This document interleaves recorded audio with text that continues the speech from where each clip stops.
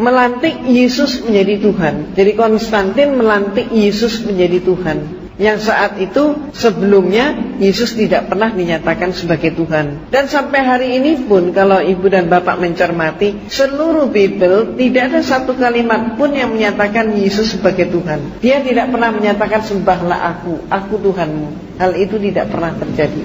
Kenapa? Karena fakta memang mengungkap, sejarah mengungkap Yesus dipertuhankan untuk pertama kalinya tahun 325 Masehi. Dan yang melantik adalah Kaisar Konstantin. Nah, Kaisar Konstantin melantik Yesus menjadi Tuhan, memimpin konsili. Saat itu agamanya Konstantin belum Katolik. Jadi saat itu gereja masih ada satu saja, yaitu gereja Katolik. Belum pecah.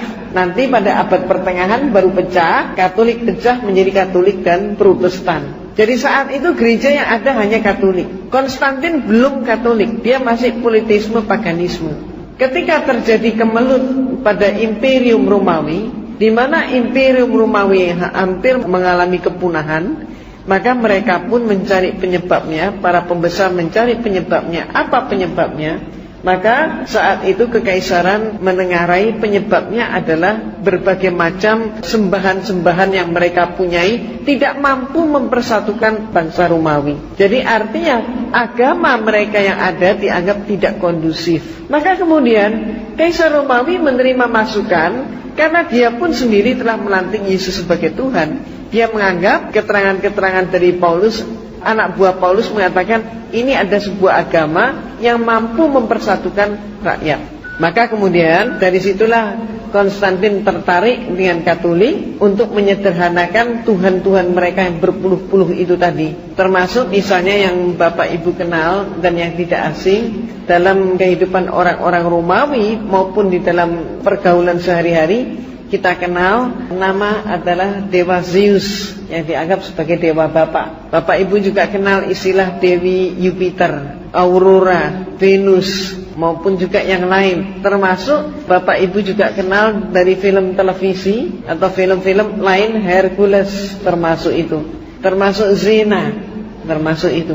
Semua itu adalah dewa dan dewi yang mereka sembah. Tidak mustahil tiap rumah mempunyai sembahan yang beda-beda. Walaupun di antara sembahan yang demikian banyak itu ada persamaannya. Di antaranya yang mereka sembah adalah Dewa Zeus. Ini yang paling populer. Selain itu juga ada dewa lagi yang sangat populer, yaitu Dewa Mitra, yang juga disebut Mitras atau disebut Dewa Ra.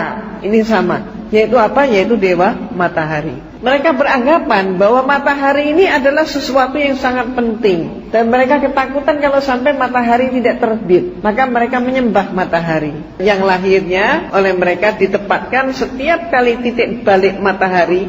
Jadi matahari mencapai titik balik selatan, berakhirnya musim dingin, masuk ke musim semi. Saat itulah mereka memperingati lahirnya Dewa Matahari, yang persis pada saat itu jatuhnya ditempatkan tanggal 25 Desember. Orang-orang Romawi terbiasa setiap tahun satu kali mereka pesta pora untuk menyambut lahirnya Dewa Matahari. Jadi kalau orang-orang di Cina, penanggalan Cina, tiap tahun baru itu ditempatkan dengan jatuhnya musim semi, mereka menari dan sebagainya. Tapi orang Romawi yang paling mereka peringati adalah Dewa Matahari. Karena menurut orang-orang Romawi, dewa yang satu inilah yang paling penting di dalam kehidupan. Nah, cara mereka pesta adalah laki, perempuan, tua, muda, besar, kecil keluar dari mereka rumah. Nari, nyanyi, bahkan sampai mabuk, sampai terjatuh, tertidur di jalan-jalan. Semalam suntuk mereka pesta. Ketika kemudian Konstantin melihat kepentingan negaranya, maka kemudian dia masuk dalam agama Katolik. Karena Konstantin masuk menjadi pengikut Katolik, maka dia menginginkan dengan demikian seluruh rakyatnya pun menjadi Katolik. Katolik sebagai agama negara. Tapi rakyatnya nampaknya tidak mau pindah agama. Disebabkan apa? Kalau mereka pindah agama, maka berarti mereka khawatir pesta 25 Desember ini hilang. Konstantin menangkap kegelisahan seperti ini. Maka cepatlah kemudian dia menyatakan, rakyatku, dia umumkan, pesta 25 Desember tidak akan hilang, justru akan dilestarikan. Karena Yesus lahirnya pada tanggal 25 Desember.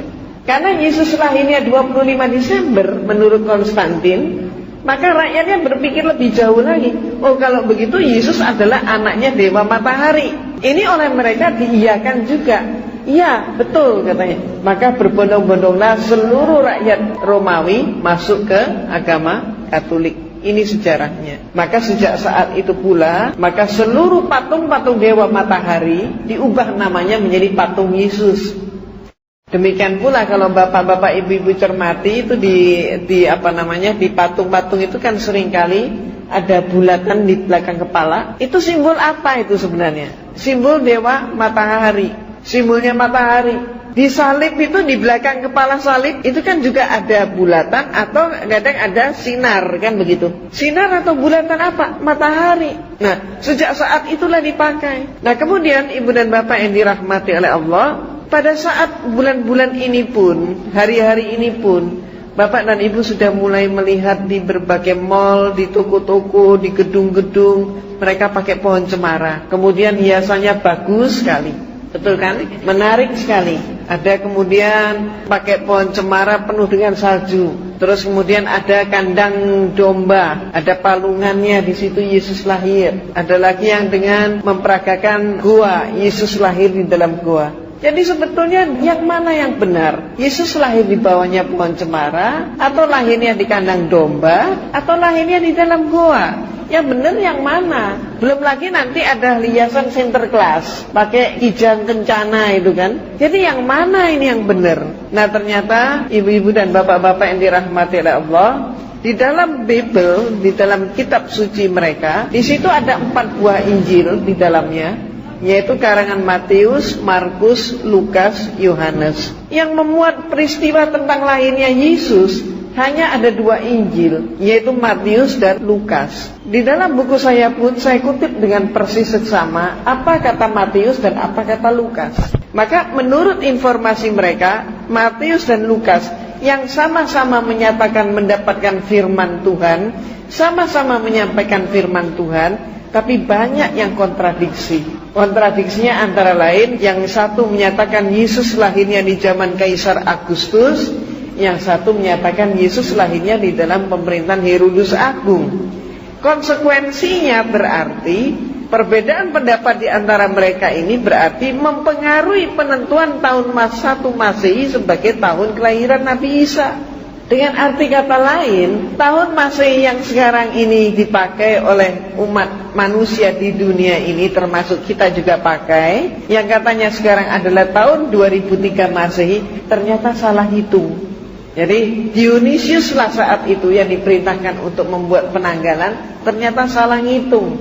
Cuman kesalahan yang dilestarikan. Sementara kita sendiri punya tahun baru Hijriah, tapi seringkali nggak hafal kita tahun berapa sekarang. Ya paling cuman berapa orang yang tahu, nggak semuanya. Ya kalau kita semua tahu, alhamdulillah. Oh, baru Idul Fitri ya, karena baru Idul Fitri jadi masih ingat.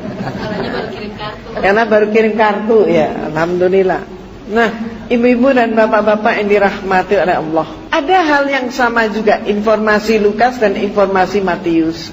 Samanya apa? Kedua mereka menyatakan Yesus lahir di malam hari ketika bintang gemerlapan. Dan saat itu gembala menggembalakan ternak mereka ke padang rumput tengah malam. Nah, maka informasi ini coba kita analisis. Kalau dikatakan Yesus lahirnya tengah malam, bintangnya gemerlapan, kemudian gembala menggembalakan ternak ke padang rumput tengah malam, itu artinya musim apa? Nggak mungkin salju kan? Maka kalau tidak ada salju, kenyataannya mengapa semua hiasan yang ada memakai salju? Betul kan? Jadi kalau bintangnya gemerlapan, nggak mungkin salju turun. Itu pertama. Nah, yang kedua, dikatakan gembala menggembalakan ternak mereka ke padang rumput tengah malam katanya. Kalau kenapa gembala kok digembalakannya tengah malam? Kenapa tidak siang hari? Lembur. Katanya lembur saat itu belum dikenal. Kenapa? Ya kalau mereka menggembalakannya di pagi hari, siang hari, mereka tidak tahan dengan apa? Sengatan matahari di musim panas. Maka mereka menggembalakannya justru di malam hari saat musim panas. Tapi kalau musim dingin menggembalakan di malam hari, beku mereka. Jadi berarti itu saat musim panas. perhitungan peredaran bulan, waktu, dan musim tidak mungkin saat itu terjadinya di dalam bulan Desember. Nah, sehingga pertanyaannya, siapa sebenarnya yang mereka peringati? Dan nantinya ketemu yang mereka peringati sesungguhnya adalah dewa matahari. Itu sebabnya maka kitab Yahudi mengatakan Yesus lahirnya di dalam bulan Elul. Nah, bulan Elul itu kapan? Bulan Elul itu antara Juli September, bukan Desember.